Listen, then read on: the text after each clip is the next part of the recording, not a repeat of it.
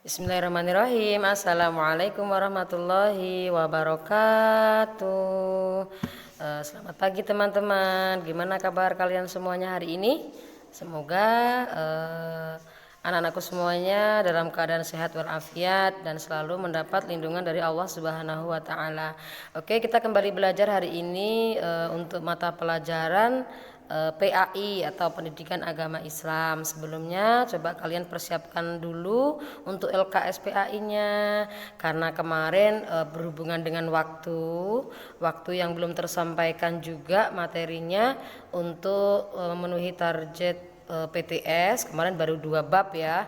Ini melanjutkan untuk bab berikutnya, yaitu bab ketiga, yaitu tentang cita-citaku menjadi anak soleh. Nanti kita akan membahas yaitu tentang perilaku jujur, terus patuh kepada kedua orang tua, dan indahnya saling menghargai. Mari disimak bersama. Oke anak-anakku, dibuka coba untuk LKSPI-nya di bab 3 ya, tentang cita-citaku menjadi anak soleh. Nanti kita akan belajar 3 materi, yaitu yang pertama si perilaku jujur, yang kedua adalah patuh dan hormat kepada orang tua, dan yang ketiga adalah indahnya saling menghargai. Kita akan membahas yang pertama dulu, yaitu adalah perilaku jujur. Apakah perilaku jujur itu? Jujur itu adalah sikap atau perbuatan yang sesuai dengan kebenaran, atau bisa dibilang mengatakan dengan yang sebenarnya, tanpa ditambahi, tanpa dikurangi.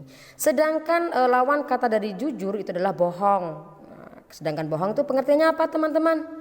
Bohong itu adalah perilaku yang tidak percaya diri atau penakut, atau berkata yang tidak dengan sebenarnya. Nah, jadi kita sebagai seorang muslim itu harus membiasakan perilaku jujur kapan saja, di mana saja, terhadap siapa saja ya.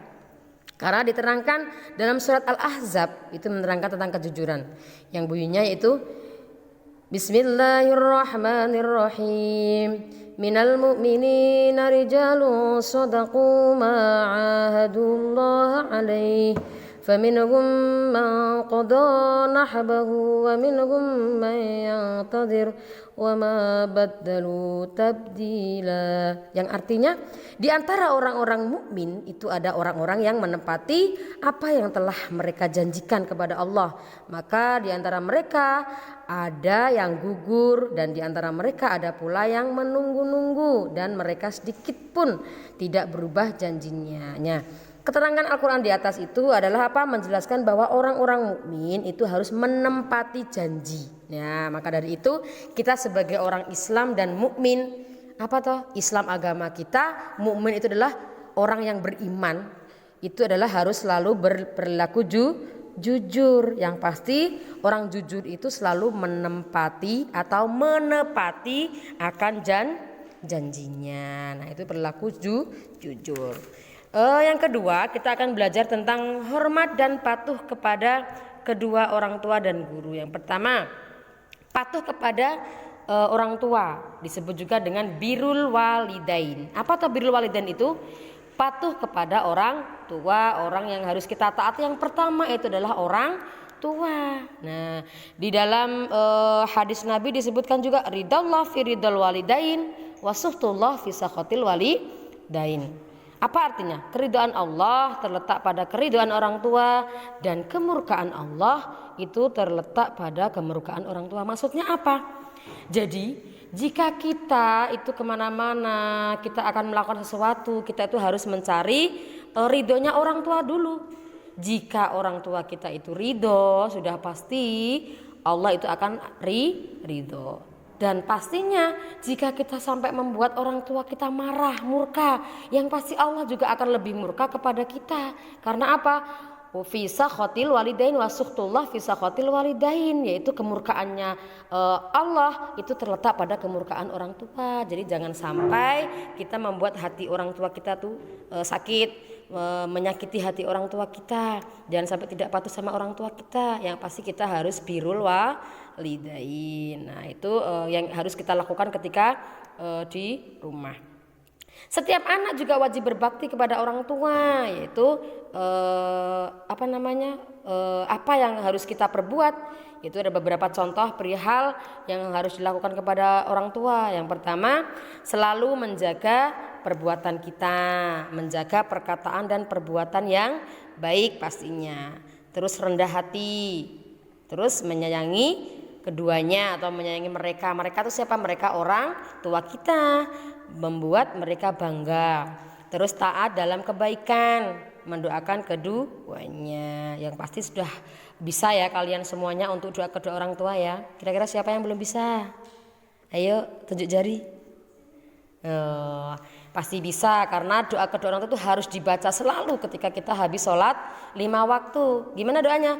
Allahumma ufirli wali walidayya warhamhuma kama rabbayani shaghira. Ya Allah, ampunilah dosaku dan dosa kedua orang tuaku, dan sayangilah mereka sebagaimana mereka menyayangiku. Jadi kasih sayangnya orang tua itu tidak ada batasnya. Kita hanya bisa mendoakan dan selalu mematuhi keduanya. Itu adalah orang tua kita. Terus yang kedua apa? Kita harus patuh dan hormat kepada guru. Nah, orang tua kita ketika di sekolah itu adalah guru. Yang pasti, siapa yang masih ingat ciri-ciri anak soleh itu yang bagaimana? Rajin sholat, rajin ngaji. Orang tua dihormati, ibu guru, bapak guru dipatuhi. Lah salah satunya ciri orang jadi anak soleh itu adalah patuh dengan orang guru. Nah, ketika di sekolah kita mempunyai orang tua, yaitu adalah guru, yaitu bapak dan ibu guru. Kalau di dalam Quran berarti yanda dan bunda. Nah, itu adalah orang tua kita ketika di sekolah. Walaupun masih kondisi seperti ini, masih ada pandemi seperti ini, kita tidak bertemu, tapi kita tetap batin kita bertemu karena masih belajar secara daring. Ini juga hubungan kita murid dengan guru itu juga harus selalu patuh dan hormat. Apa yang kita lakukan patuh dan hormat kepada guru? Yang pertama bisa kita lakukan mendengarkan penyampaian pelajaran dengan seksama dan penuh perhatian. Nih kayak ini, Bunda saat ini hanya bisa menyampaikan lewat online, jadi kalian juga harus mendengarkan penyampaian Bunda. Kita belajar bersama-sama. Yang kedua, berbicara dengan guru dengan kata yang sopan dan santun. Ingat, karena salamatul insan fi hifdzil lisan. Apa? Selamatnya orang itu tergantung sama mulutnya, lisannya. Jadi hati-hati jika mengeluarkan perkataan. Nah, itu juga berbicara dengan yang sopan. Yang ketiga, tidak membuat suasana gaduh di kelas. Nah, kalau sekarang kelasnya kalian itu adalah di rumah, berarti membuat gaduh di rumah ya. Terus yang keempat, mengikuti pelajaran dengan disiplin, mendoakan mereka setiap habis sholat. Selain orang tua yang didoakan, guru-guru kita harus juga selalu didoakan. Bunda juga nitip, jangan lupa mendoakan Bunda ya. Setiap habis sholat didoakan, difatihai ya. Terus menyapa dengan mengucapkan salam jika bertemu di jalan. Nanti kita bertemu Bunda Mai, Bunda Desi di jalan, Bunda yang semua ada di dalam Quran. Itu kalau ketemu ya assalamualaikum, seperti itu. Jadi jangan hai, jangan. Karena apa? Salam itu adalah bukti kita mendoakan selamat gitu. Terus mendengarkan dan menaati nasihatnya. Nah, yang ketiga itu adalah saling menghargai. Nah, gimana toh saling menghargai itu? Kita harus saling menghargai dengan pendirian orang lain, menghargai keyakinan orang lain dan menghargai pendapat orang lain. Kalau yang pertama menghargai pendirian orang lain, di saat kita musyawarah itu pasti ada yang berbeda pendapat. Nah, jadi kita juga harus saling menghargai pendapatnya orang lain. Karena setiap orang itu pasti punya pendapat yang berbeda-beda, akan tetapi kita harus saling menghargai. Dan yang kedua, menghargai keyakinan. Karena di Indonesia itu juga keyakinan ada berapa agama itu? Islam, terus Kristen, Katolik, Hindu, Buddha, Konghucu. Ada berapa? Ada 6. Jadi kita juga harus saling menghargai sesuai dengan bab Al-Quran hadis yang pertama ya. Dalam surat Al-Kafirun itu diterangkan lakum dinukum waliyadin. Agamamu ya agamamu, agamaku ya agamaku. Jadi kita harus saling menghargai agama yang lain. Yang ketiga, menghargai pendapat orang lain. Nah, setiap orang tentu memiliki pendapat masing-masing. Kita dapat tidak mungkin bisa sama dengan pendapat kita, akan tetapi dengan membiasakan sikap saling menghargai, maka kerukunan dan persatuan akan terjaga. Mungkin itu sedikit dari Bunda, nanti bisa diputar lagi biar kalian paham dan mengerti cita-cita untuk menjadi anak yang solih. Yang pertama tadi apa tadi? Jujur, sikap jujur, terus patuh kepada orang tua, san guru, dan saling menghargai.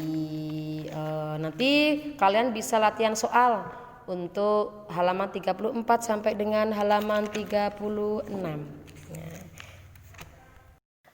Nah, mungkin hanya itu dari Bunda. Tetap semangat, gak boleh ngeluh. Semoga peristiwa yang seperti ini akan cepat berlalu ya. Bersama-sama, jangan lupa sholat 5 waktu dikerjakan, gak boleh bolong. Dan yang pastinya sholat duha, sholat tahajud, doa kedua orang tua ya. Jaga kesehatan. Walafu minkum. Wassalamualaikum warahmatullahi wabarakatuh.